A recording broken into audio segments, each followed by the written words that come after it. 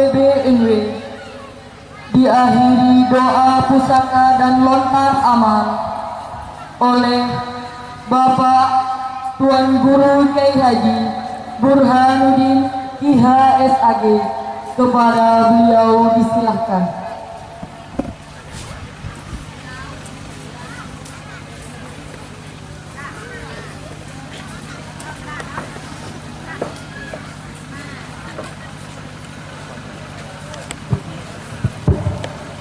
Bismillahirrahmanirrahim. Assalamualaikum warahmatullahi wabarakatuh.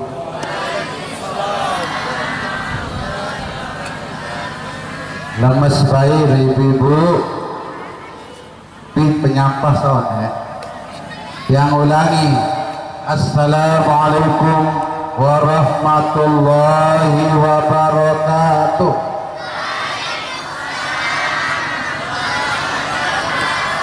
Alhamdulillahi wahdah, wassalatu wassalamu ala man la nabiyya ba'dah, wa ala alihi wa sahbihi wa mawala. Allahumma aslih ummata Muhammadin sallallahu alaihi wasallam wa farrij an ummati Muhammadin sallallahu alaihi wasallam warham ummata Muhammadin sallallahu alaihi wasallam wansur wahfaz wa ayyid nahdatal watan fil alamin bihaqqi Muhammadin sallallahu alaihi wasallam. Amma ba'du.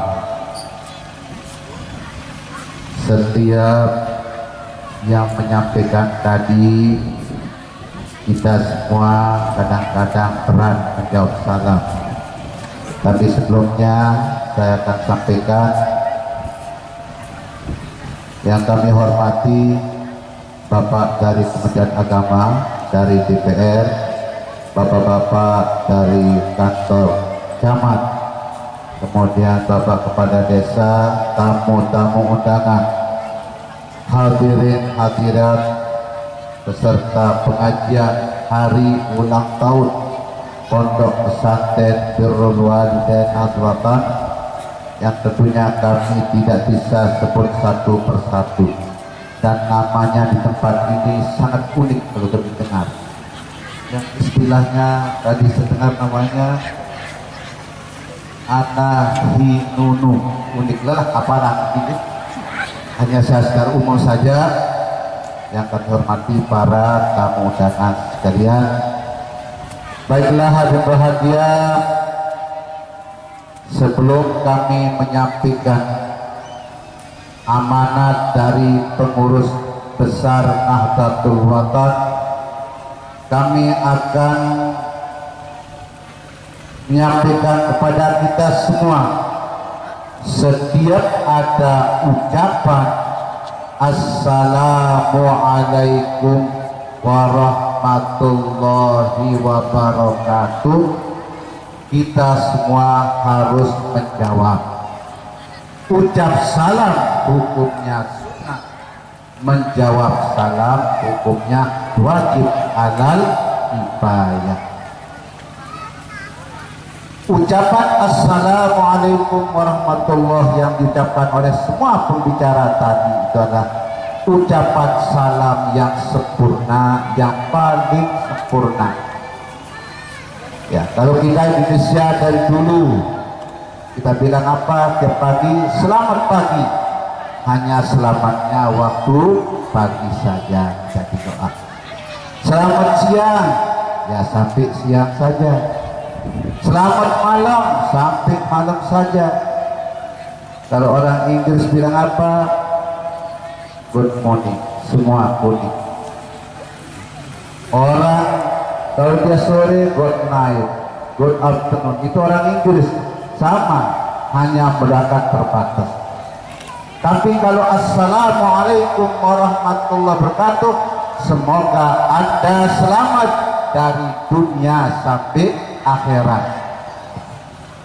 Kalau Anda sebagai pengusaha, semoga usahanya sukses sampai akhir umur. Kalau Anda sebagai pejabat, menjadi pejabat sampai akhir jabatan, tidak ada orang bingung. Itu maknanya. Kalau menjadi manusia, agar selamat dari dunia sampai nanti kita masuk ke liang kubur sampai ke surga. Itu pengertian Assalamualaikum warahmatullahi wabarakatuh. Nahdlatul Watan kita diajarkan oleh Bapak Maulana Syekh supaya kita ucap salam yang sempurna, yakni sampai ucapan wabarakatuh. Jelas? Jangan seperti ini di TV kita dengar. Waalaikumsalam. Waalaikumsalam apa sih itu?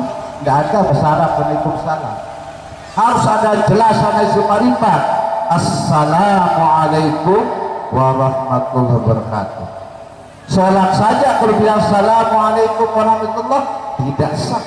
Harus jelas Assalamualaikum, paling kurang Assalamualaikum warahmatullahi, itu lebih lengkap.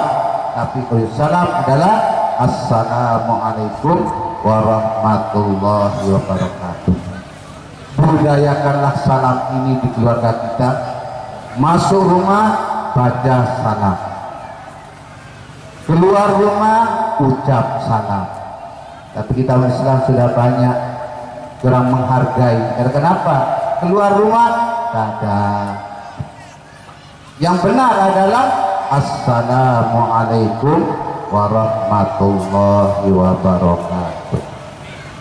Yang kedua, hadirin yang berbahagia, kita merasa panas sampai pelunggu sami sampai panas. Tidak seberapa kalau dibanding panas hadapi nanti pada hari kemudian. Kita akan berada di suatu tempat nantinya yang disebut dengan padang mahsyar. Di padang mahsyar nantinya di situ panasnya luar biasa. Kenapa? Karena matahari berada di atas kepala. Kalau sekarang matahari yang besar yang 4 kali dunia adanya di langit sana, panasnya di bawah seperti ini. Kalau nanti di padang mahsyar panas itu letaknya di atas kepala.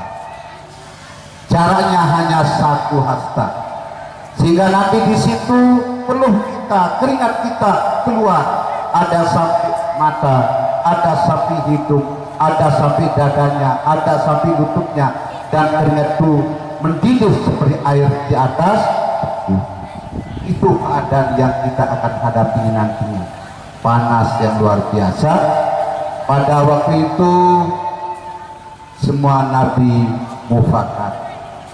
Bagaimana caranya supaya segera Allah SWT mengadakan perhitungan dan penimbangan semua.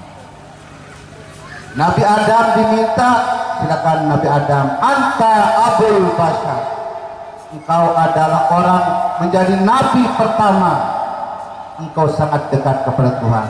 Mohonkan kita segera supaya segera diadakan perhitungan amal di padang mahsyar ini. Nabi Adam menjawab apa? Kita cari beliau 1000 tahun dulu baru kita ketemu. Loh, kenapa? Kami tidak berani. Nafsi, mari kita urus diri sendiri saja. Kita cari Nabi Nuh 1000 tahun lagi baru ketemu. Jawabannya sama. Mari Nabi Nuh coba mohonkan kita pada Tuhan untuk segera dilaksanakan yang namanya beramal ini. Saya tidak berani. Saya sudah diterima doa saya di dunia dulu. Saya tidak berani dengan Nabi Nuh. Beliau yang menjawab nafsi. Nabi Ibrahim kita cari tidak berani juga. Akhirnya siapa yang tampil pertama nanti di akhirat itu untuk mohon kepada Tuhan segera dilaksanakan amal dan penimbangan amal adalah Nabi besar kita Muhammad sallallahu alaihi wasallam. Itulah yang disebut namanya syafaatul uzma, Nabi besar kesalam. Jadi panas kita sekarang tidak seberapa. Ada panas yang lebih kita hadapi, lebih keras, lebih dahsyat, yakni panasnya di padang mahsyar. Tapi Nabi kesalam lah yang akan pertama kali membantu kita untuk segera diadakan firman oleh Allah Subhanahu wa Ta'ala. Itulah sebabnya kita semua mari banyak kita membaca doa selawat untuk bersama. Kenapa? Wal habibul ladzi turja syafa'atuhu ikulliha minal ahwali muqtahimi. Nabi kita lah yang akan kita harapkan memberikan syafaat waktu mencekam nanti di padang mahsyar.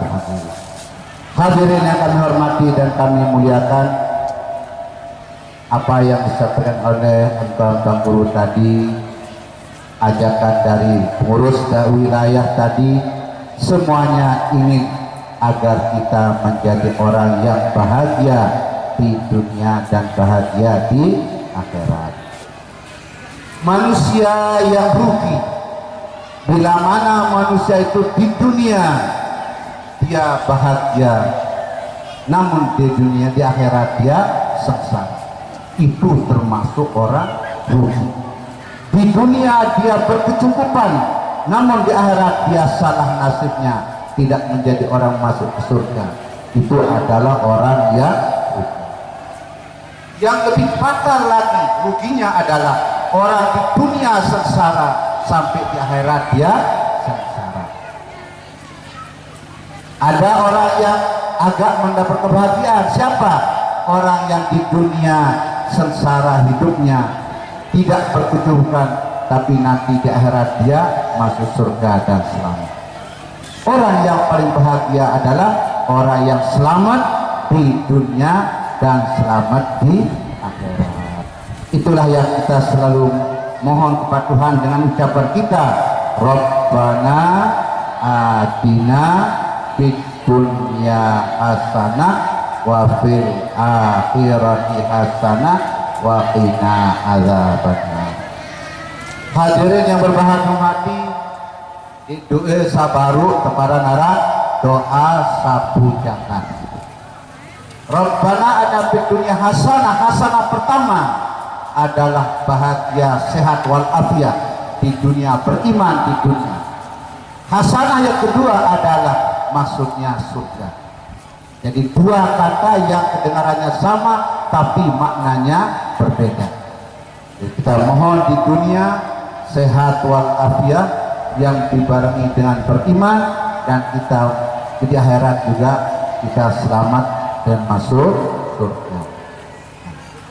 Dan ini ibu-ibu tidak boleh disalib. Ada cerita ibu-ibu dengan din tahu pemadu. Arang din tahu pemadu niki oleh tahu niki. Dengan sabu madu niki ibu-ibu semamen berdoa. Dia punya istri, satu namanya Hasanah, satu namanya Khadijah. Berdoalah suaminya, Rabbana atina fid dunya hasanah wa fil akhirati hasanah. Suaminya marah ya Khadijah ini. Suk Hasanah jangan berdoa, Khadijah disebut dulu. Mulai yunin doa nika nggih dikanggo tersalib. Ndak kena Rabbana atina fid dunya Khadijah wa fil hasanah dikanggo. Itu doa dari Al-Qur'anul Karim. Semua kita harus membacanya seperti apa yang di teksnya mengatakan Rabbana atina fid dunya hasanah wa fil akhirati hasanah wa qina azabannar. Hadirin yang kami hormati dan kami muliakan, mau selamat, mau bahagia, Rasulullah menyatakan dalam hadisnya kepada Sayyidina Ali, walis sa'idi salatu ala matin. Tanda orang bahagia di akhirat kelak tiga. Pertama, utun halalun. Orang itu selalu memperhatikan rezekinya sehingga dia meraih rezeki yang halal, tidak asalkan dapat. Bapak-bapak yang mencari nafkah, pandai-pandailah berniat. Kalau pergi ke ladang bertani, ingatlah afdalul makasib az-ziraah. usaha yang paling bagus berarti adalah melalui pertanian. Berbahagialah bapak-bapak yang jadi petani, karena bertani, orang-orang tidak bertani dapat makan, dapat menikmati hasil pertanian bapak-bapak. Bila mana dari hasil pertanian orang bertani, orang berdagang di perdagangannya menghasilkan sekedar harga 1 kilo beras saja, itu lebih hebat daripada sembahyang sunat 200 rakaat. Ahabbu ilayya min mi'ati alfin. Saya lebih senang kata Rasul daripada orang menghasilkan sembahyang sunat 200 rakaat. Karena itulah pandai-pandailah memasaknya. Apa yang kita bertani, kami bertani agar kami mendapat hasil untuk satu ibadah, untuk perjuangan, memberi anak sekolah dan sebagainya. Maka bertani itu akan menjadi ibadah bagi kita semua. Hal yang bahagia, karena itu makanan yang kita dapat peroleh ini jangan asalkan dapat. Jangan dapat dari korupsi, jangan dapat dari mencuri, jangan dapat dari merampok dan sebagainya. Kenapa? Makanan itu disebut namanya apa? At-ta'amu bazrul a'man. Makanan itu merupakan bibit dari perbuatan kita. Kalau bibitnya bagus, ya baguslah pekerjaan kita. Kalau amal kita, kalau makanan kita bagus, baguslah menjadi pekerjaan kita. Nah, ibarat kalau pada mobil bensin, kalau bensinnya bersih, insya Allah lancar terkencang darinya mobil itu. Tapi kalau bensinnya campur air, kotor dan sebagainya, ya begitulah jadinya. Nah, karena itu makanan sangat perlu kita perhatikan, jangan asal dapat saja. Mari kita upayakan makanan itu halal dan ya yang bagus, yang bergizi. Kulu mimma fil ardi halalan thayyiban. Halal dan bergizi. Nah, ini satu. Yang kedua, tanda orang akan bahagia nantinya mujalasatul ulama. Orang itu selalu bersama-sama, selalu mengikuti ajaran para ulama. Siapa nama ulama itu bahagia? Yang namanya ulama itu adalah pengganti Nabi menyiarkan ajaran Allah. Itulah yang namanya disebut ulama, yang sering kita dengar al-ulama warasatul anbiya. Yang namanya orang jadi ulama itu adalah orang istimewa, orang yang dipilih oleh Allah Subhanahu wa ta'ala. Kalau orang yang lebih rendah sedikit namanya orang alim, orang yang banyak ilmunya. Tapi kalau ulama ini ilmunya sudah melaut, sedaratan selaut ilmunya, itu disebut dengan ulama. Jadi tidak segampang itu orang mendapat gelar yang namanya ulama.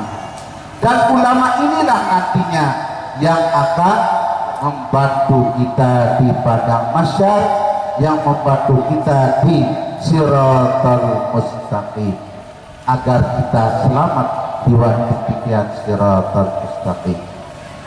Hadirin yang berbahagia, tidak semua orang alim disebut dengan ulama, tapi orang alim sudah bagus sekali, apalagi orang yang menjadi ulama.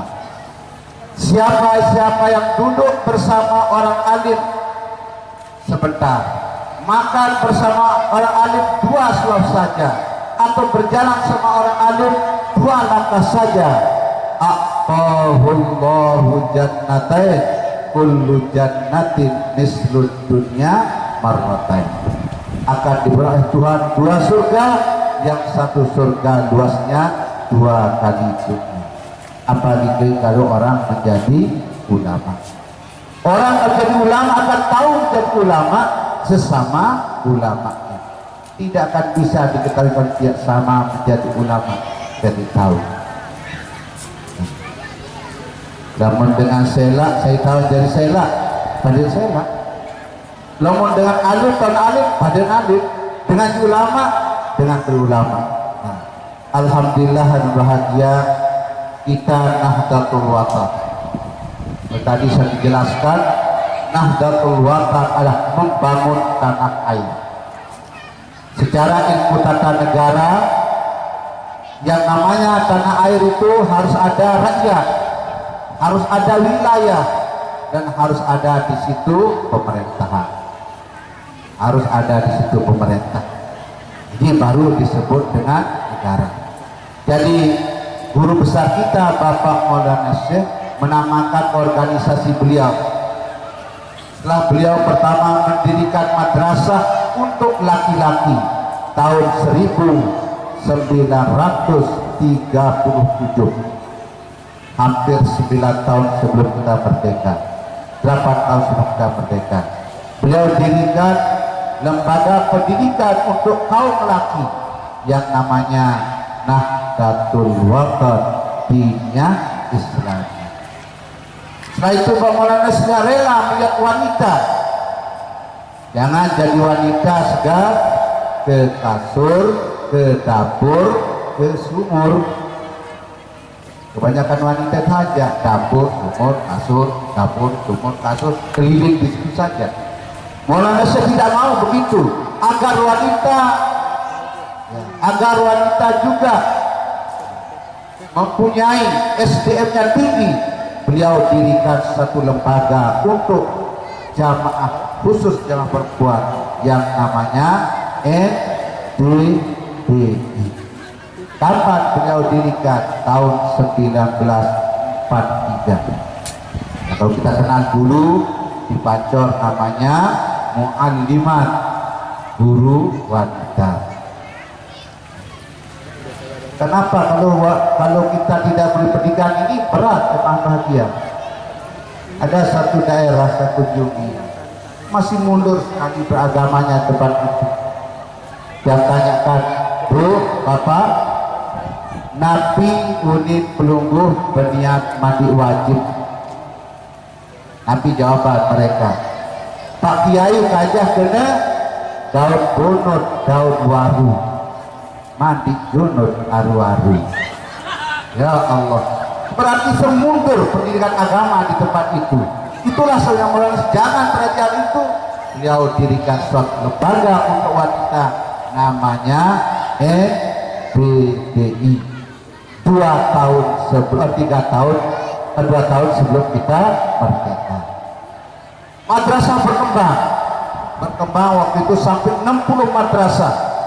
Beliau pergi ke Mekah melaporkan kepada guru besar beliau namanya Maulana Syekh Hasan Muhammadinil Masyad, gurunya ribuan ulama itu di Madrasah Salatiyah. Beliau berikan arahan, kalau begitu Syekh Zainuddin, perlu engkau mendirikan suatu organisasi yang namanya organisasi untuk mengurus madrasah tadi. Itulah sebabnya beliau mendirikan organisasi namanya Nahdlatul Wathon tahun 1953. Sebelumnya apa beliau? Beliau adalah pengurus Nahdlatul Ulama untuk Sunda kecil, mulai dari Bali, Lombok, Sumbawa, Bima, Dompu. Nah, Bima, Dompu, Roti Sawu Sumba, Roti Sumba, Bapak Maulana Syekh jadi pengurus NU. Setelah beliau ke Mekah, gurunya memberikan nasihat agar beliau mendirikan madrasah, organisasi yang ngurus madrasah. Itulah yang disebut dengan Nahdlatul Wathon tahun 1953. Beliau istiharah 3 bulan, 3 bulan istiharah baru mendirikan organisasi. Nah, alhamdulillah organisasi yang dibuat oleh beliau sekarang telah mengurus kita, termasuk ada di sini. Jumlah madrasah yang diurus 6 bulan yang sudah diwar, saya baru pertama di Sulawesi Barat. berjumlah 1.287 madrasah. Di Banten alhamdulillah sudah ada, Sulawesi semuanya, Kalimantan semuanya, ya di Bali sudah ada. Pokoknya itu jumlahnya 1.287 madrasah. Nah, inilah yang dikelola oleh Nahdlatul Wathon, organisasi yang lahir di Nusa Tenggara Barat, dan alhamdulillah sampai saat ini kita sudah mempunyai 25 pengurus wilayah di seluruh Indonesia. Nah, ini tuh jelasnya yang namanya NW ini. Kemudian bagaimana NW ini? Dia punya akidah namanya Ahlu Islam, Ahlu Sunnah wal Jamaah.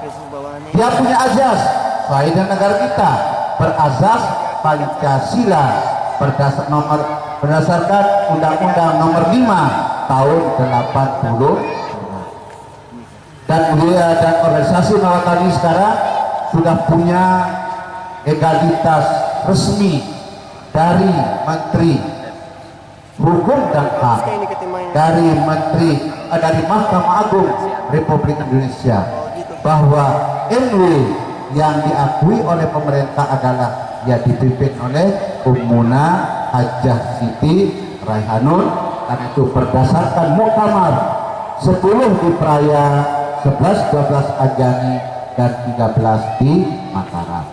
Nah, hadirin berbahagia mati, Bapak Maulana Syekh yang memimpinnya adalah ulama besar. Mana buktinya bahagia? Pegangan kita ada sebuah kitab disebutkan. Bapak Maulana Syekh itu sebuah kitab ini namanya Al-Jawahirus Samina fi Bayan Adillat Alimil Madinah, karangan Syekh Dr. Abdul Wahab Ibnu Ibrahim Abu Sulaiman. Di sini disebutkan ulama yang sangat terkenal, yakti fi muqaddamati haula al-allamatul fadil al-mujahid, yakni seorang allamah segat mubalaghah, orang yang alimnya sudah seperti lautan daratan karena luas ilmunya, al-fadil yang mempunyai keistimewaan luar biasa, al-mujahid pejuang luar biasa, alladzi wahaba nafsah wa hayatah di nasratid Islamiyah, yang selalu mengembangkan, mengupayakan jiwa, raga, dan tenaganya untuk pengembangan dakwah Islamiyah. Siapa itu? Syekh Muhammad Zainuddin Al-Ampanani, muassis Nahdlatul. Ini tertera dalam kitab secara resmi. Kitab ini tidak ada di jual Indonesia. Dan dulu waktu dia baru datang dari Mekah hanya 50 biji, saya dikasih oleh Pak Kiai dulu. Setelah saya baca di dalam kitab resmi bahwa beliau ada ulama yang luar biasa, yang selalu menghabiskan jiwa raganya untuk pengembangan dakwah Islam, dan beliau mendirikan suatu organisasi namanya Nahdlatul Wathon. Jadi dari segi agama pernyataan ulama sudah ada, jangan kita ragu-ragu kepada Nahdlatul Wathon. Silakan bergerak, dan seperti tadi gerakan kita 3 saja. Kita menangani pendidikan, menangani sosial, dan menangani. Itulah tugas kita sebagai warga Nahdlatul Wathon. Secara legalitas di pemerintahan kita sudah dari awal, dari tahun 53 sudah diakui oleh pemerintah dan sudah tercatat di lembaran negara tentang organisasi Nahdlatul Wathon. Paham ibu-ibu? Tidak takut-takut berusaha bergerak untuk memajukan pendidikan, sosial, dakwah. Kita adalah organisasi kemasyarakatan yang resmi, bukan ilegal, tapi kita legal berdasarkan surat keputusan yang saya terima dari Menteri Hukum dan HAM dan dari Mahkamah Agung Republik Indonesia. Nah, hadirin berbahagia, dari yang namanya ulama itu biasa akan membantu kita, siapa kita. Waktu kita kita liwati siratul mustaqim, satu jembatan yang kecilnya lebih kecil dari helai rambut dan lebih tajam dari pedang. Kita liwat di situ 3.000 tahun. 3.000 tahun kita liwat di situ. Nah, nanti di situ ulama itu akan diberi wewenang oleh Allah Ta'ala mengatakan, "Kibhuna fasfa liman ahbabta." Stop dulu para kiai yang sudah mendapat titel dan berhak bersyafaat. Diam dulu, tunggu murid-muridmu untuk masuk surga gratis. Nah, inilah yang kita harapkan dari beliau ini, karena beliau sudah tercatat menjadi ulama yang luar biasa di dalam kitab-kitab, dan itulah yang akan adalah syafaat daripada beliau. Tidak rugi bapak-bapak mengikuti Nahdlatul Wathon, karena tadi sudah doa disampaikan oleh Tuan Guru Pak Kiai tadi. Doa kita adalah mendoakan negara kita juga. Apa bunyi kita doa kita di sini? Allahumma aslih ulata umuril muslimina ajma'in wa waffiqhum lima tarda min nabli bani karim. Itu doa khusus untuk merintah. Ya Allah, jadikanlah kami, pemerintah kami dari kadus RT, kepala desa, camat, sampai presiden, supaya dia selalu mendapatkan bimbingan-Mu ya Allah, agar dia selalu berbuat baik untuk rakyat. Itulah doa kita di Nahdlatul Wathon. Dan di mana saja orang berwudu, bapak-bapak dan ibu-ibu kalau menjadi anggota RW atau dia jadi anggota tapi pencinta Nahdlatul Wathon, di doa mengatakan wali muhibbi. Ya Allah, kita baca Fatihah untuk orang yang senang kepada Nahdlatul Wathon, yang sedang kepada Maulana Syekh. Di sana sini Bapak di doa. Nah, ini mari kita jadi orang yang senang mujalasah bersama ulama agar kita nanti mendapat syafaat pada hari kiamat. Yang ketiga, agama selamat ada apa? As-salatul khamsu ma'al jamaah. Mari kita budayakan untuk selalu sembahyang berjamaah. Bagaimana masjid kita di Sulawesi Tenggara, tiap waktu ada orang berjamaah di masjid. Jangan sampai tidak berjamaah.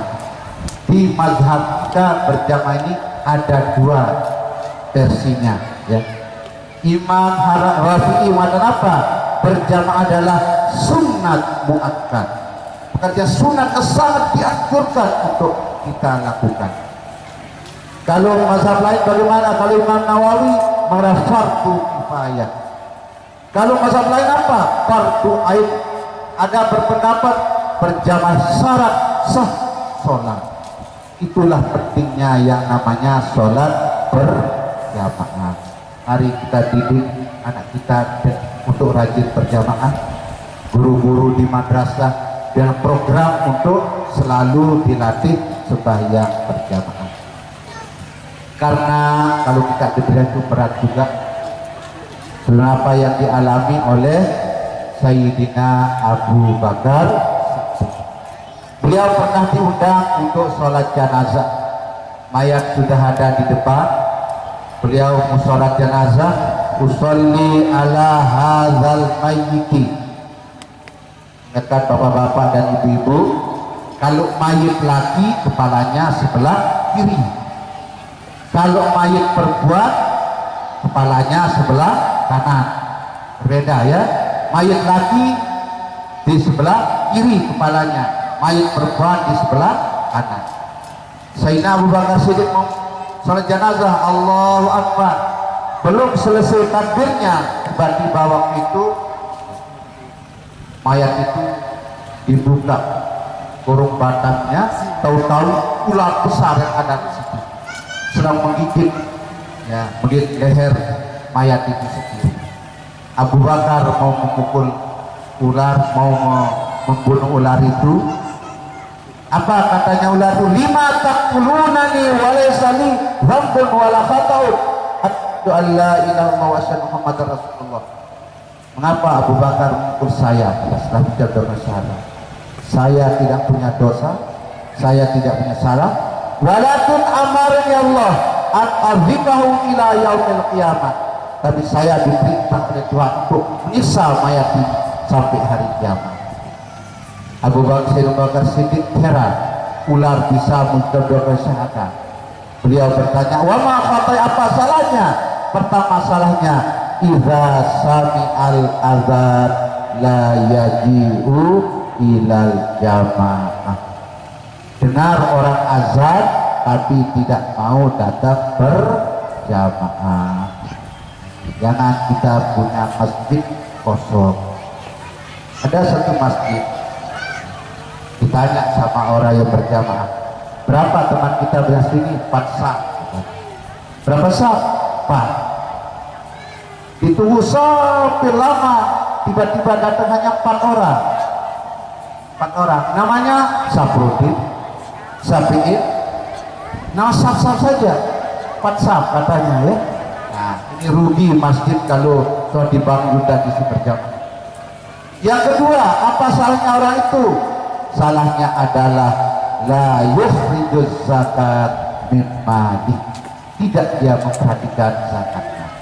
Mari kita yang masih jadi pegawai negeri, ada zakat profesi, yang tanam kelapa sawit itu zakatnya zakat usaha, yang terjun di bidang bisnis pamannya melihara potong dan sebagainya zakat tijarah. Bila mana uang dan barang kita jumlahnya seharga emas 93,6 gram, kurang lebih 40 juta, kita keluar zakatnya. Ada uang di bank, ada uang barang di toko dan sebagainya, kalau dihitung 40 juta, mari kita keluarkan zakatnya. Zakatut tijarah. Kenapa? Kalau kita berzakat itu nanti digigit sama ular nanti waktu di kuburnya ya. Nah, kemudian yang terakhir apa soalnya? La yasma'u qaulal ulama, tidak mau mendengar para nasihat para ulama. Alhamdulillah kita di Nahdlatul Ulama sebagai pedoman kita, di samping ada anggaran dasar, anggaran rumah tangga, beliau meninggalkan kita satu nasihat yang kita kenal namanya wasiat renungan masa. Di situ ada disebut masa itu. Apa kata beliau? Nah, kata beliau, marah kita.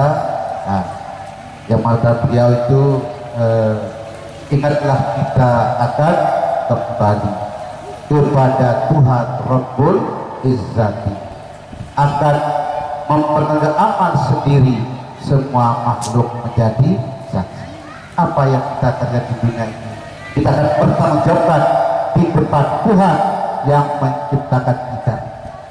Kalau benar dan selamat, kalau tidak ya itulah jawabannya. Nah, karena itu bahagia, mari kita di Nahdlatul Ulama sudah ada aturan, anggaran dasar rumah tangga dan sebagainya, madrasah yang ada, mari kita kembangkan agar manusia, agar orang-orang semakin SDM-nya meningkat, agar bapak-bapak lebih maklum. Madrasah itu ada di namanya madrasah ibtidaiyah, itu sama dengan SD. Ada namanya madrasah tsanawiyah, sama dengan SMP. Apa maksudnya? Sama-sama mempelajari. Kalau di tsanawiyah pelajari semua pelajaran yang ada di SMP. Yang ibtidaiyah mempelajari semua mata pelajaran yang ada di SD. Di aliyah mempelajari semua mata pelajaran yang ada di SMA. Tapi ada taman khusus, Departemen Agama, itu ada taman khususnya, ada namanya akidah akhlak, ada namanya tafsir, ada bahasa, 6 mata khusus untuk mata pelajaran tambahan dari yang tadi itu. Nah, berarti kalau ibu bapak menyerahkan anaknya di pondok pesantren, masuk di ibtidaiyah, berarti mempelajari ilmu yang ada di SD plus pelajaran agama. Masuk di tsanawiyah, mempelajari semua ilmu yang ada di SMP plus pelajaran agama. Itulah kelebihannya kalau bapak-bapak memasukkan anaknya di madrasah atau di pondok pesantren. Ya terserah nanti kalau bapak-bapak sudah membekali putra punya dan ilmu, insya Allah Pernah bapak-bapak dan ibu-ibu lihat di TV, apa katanya? Penjual tempe masuk di parlemen, di TV. Sudah lihat itu? Itu murid saya itu. Ya. Anak di panti asuhan, masuk di aliyah, dia jual tahu tempe di sana kemari. Tahu semua konsumen itu menyuruh dia menjadi anggota DPR. Jadi dia menjadi anggota DPR di Kota Mataram. Sekarang ada, saya punya murid namanya Bu Adu Zakiyah juga di DPR Lombok Barat itu saya lihat. Nah waktu di aliyah banyak dia, ya Allah. Sederhana sekali otaknya, tapi nasibnya sudah sekarang menjadi DPR juga. Jadi tidak karena masuk di aliyah tidak bisa DPR, bukan. Kita jadi gubernur di NTB dulu tidak pernah di negeri itu, semuanya dari madrasah, yaitu semua garis tangan sudah ada. Yang penting mari kita bekali putra putri kita ini. So jadi mau jadi apa? Itu sudah ada ketentuan Allah Subhanahu wa Ta'ala. Akhirnya bahagia ingat kita di dunia ini, peringatan Tuhan banyak. Tadi dari Bang Guru, kalau mata kita sudah saru, lutut kita sudah reog, ya, kulit kita sudah merkut, itu kita akan segera meninggalkan dunia. Ingat, saya tanya ibu-ibu, berapa kali kita bernapas dalam sehari semalam? Tidak pernah dihitung. Kita bernapas selama 4.321 kali. Pernapasan kita menangkan apa? Ayyu amalin amilta, perbuatan apa yang kau akan lakukan, perbuatan baik apa yang kau lakukan. Itu ucapan kata-kata daripada napas kita. Yang kebenaran amin dia bahasa Arab. Ayyu amalin amilta. Kita di kepala kita tumbuh kubur, ya, rambut kita putih. Dia itu pidato juga, setiap jatuh apa katanya? Ya benar arba'in fatrubasadu. Wahai orang berumur 40 tahun, ingat masa panen malaikat maut itu sudah dekat. Mari kita berumur 40 tahun kita sadari diri, 50 tahun, 60 tahun, apalagi kalau sudah lebih 70 tahun. Kalau kita dikasih umur masih lebih 70 tahun, itu bonus dari Allah SWT. Yang penting kita ingat, kita ke dunia untuk mencari bekal keselamatan di dunia sendiri dan lebih-lebih keselamatan di akhirat. Nah, ini yang perlu kami sampaikan.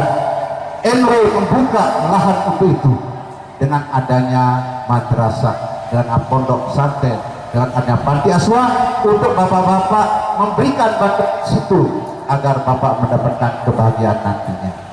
Hadirin yang berbahagia hati, itu saja yang perlu kami sampaikan. Ada sedikit tadi tugas dari panitia sebagai untuk menganjurkan kita memberikan amal jariah. Sebelum saya menyampaikan itu, saya bercerita sedikit. Dulu ada seorang laki yang pelit luar biasa sebagai kepala rumah tangga.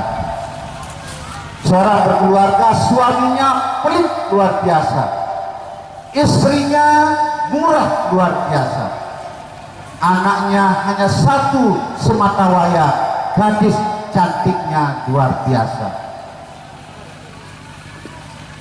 Satu saat datang orang miskin, apa katanya yang datang ke rumahnya? A'tini hubzan lillahi ta'ala, katanya, berikan saya roti lillahi ta'ala. Seorang gadis yang cantik tadi mencari ibunya, tidak ada, cari ayahnya, tidak ada. Dia memberikan dengan secara inisiatif sendiri. Bagus, ini dikasih roti satu. Saya dikasih roti itu, dia ginikan. Keluar dari pintu gerbang, jumpai sama bapak yang berikan. Apa itu? Roti. Siapa yang kasih? Oh itu ada sana seorang gadis, katanya.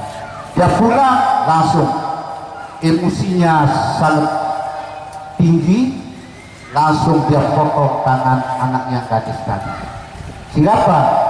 Kedua anak dedare, ya dedare buntung. Lama kelamaan orang itu karena tidak bersyukur dioper oleh Allah Ta'ala, dia kaya menjadi miskin. Hanya dia minta ke sana kemari, anaknya tadi minta, dia jumpai satu masyarakat yang dia punya anak, ya anak yang pemuda, anak sudah balik, sudah pemuda, anak itu mau kawin. Nah, hanya orang tuanya perempuan bilang apa? Oke, kamu kawin saja dengan anak saya, kamu tinggal di sini. Ya, si perempuan tadi syukur ada orang yang bilang begitu, jadi kawin. Pada malam pertama sebelum dinikah dipertemukan. Di sana kejadian sepiring berdua. Waktu dia makan, dia keluarkan tangan kanan dan keluarkan tangan kanan. Tangan kanan sudah dipotong sama orang tuanya. Yang dikeluarkan hanya tangan kiri saja. Silakan makan, tangan kiri yang keluar, tangan kiri yang keluar. Nah, hanya marah mertua, kenapa kamu kurang ajar? Kau makan sama anak saya dengan pakai tangan kiri. Langsung dengan suara, keluarkan tangan kananmu. Kau telah memberikan sumbangan dulu seharga 1 roti untuk orang. Saya kembalikan tanganmu semana biasa seperti semula. Itulah yang bahagia kalau kita memberikan sesuatu untuk pembangunan, untuk perjuangan. Allah akan memberikan nanti ganti oleh Allah sendiri. Itu harapan kami. Karena itu mari kita keluarkan amal jariah lontaran ini dengan penuh keikhlasan. Amin ya rabbal alamin. Kita mulai, kita baca salawat pada ya. Bismillahirrahmanirrahim. Salatullah salamullah ala taha rasulillah. Salatullah salamullah ala yasin habibillah. Salatullah salamullah ala taha rasulillah. Salatullah salamullah ala yasin habibillah. Yang sudah melontar duduk kembali, kita berdoa. Salatullah salamullah ala taha rasulillah. Salatullah salamullah ala yasin habibillah. Kita tutup dengan bersama bismillahirrahmanirrahim. Rabbana fana bima 'allamtana, Rabbi 'allimna alladhi yanfa'una, Rabbi faqina faqih ahlana wa kullan abudina ma'ahlil kutri unfa wa zakar. Rabbi wafiqna wa wafiqhum ma tartabi ala wa filat tarama warzuqi kulla halalat daima wa akhilna aqtiya awlawa nawzani khairu wa nufa kulla jam. Rabbana aslih lana kulla syur wa akhirna birrida minkal uyud wa'ti anna rabbana kulla tuyud qabla at-tatiyana rusulul manun وأمور السرعة أكرما سطر. ربنا يا ذا الجلال والمنان انصرني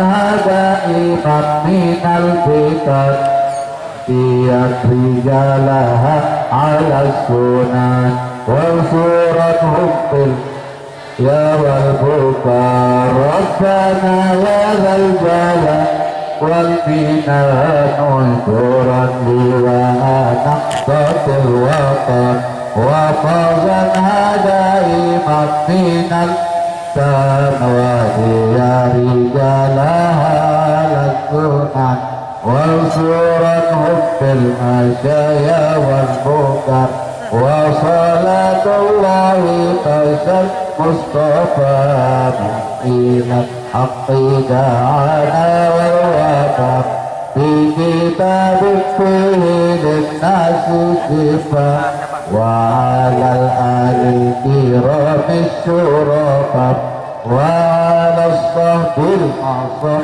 فيه الغرر أقررتك قد سبحت فيها الحصى وأروات ليس بماء أمير على معاشي ومعادي على ذرياتي وإني إري أقررتك قد سبحت فيها الحصى وأروات ليس بماء أمير على معاشي ومعادي وعلى ذرياتي وباطني وظاهري أقررتك من سبحت فيها الحصى وأروات ليس بماء هامر على معاشي ومعادي وعلى ذرياتي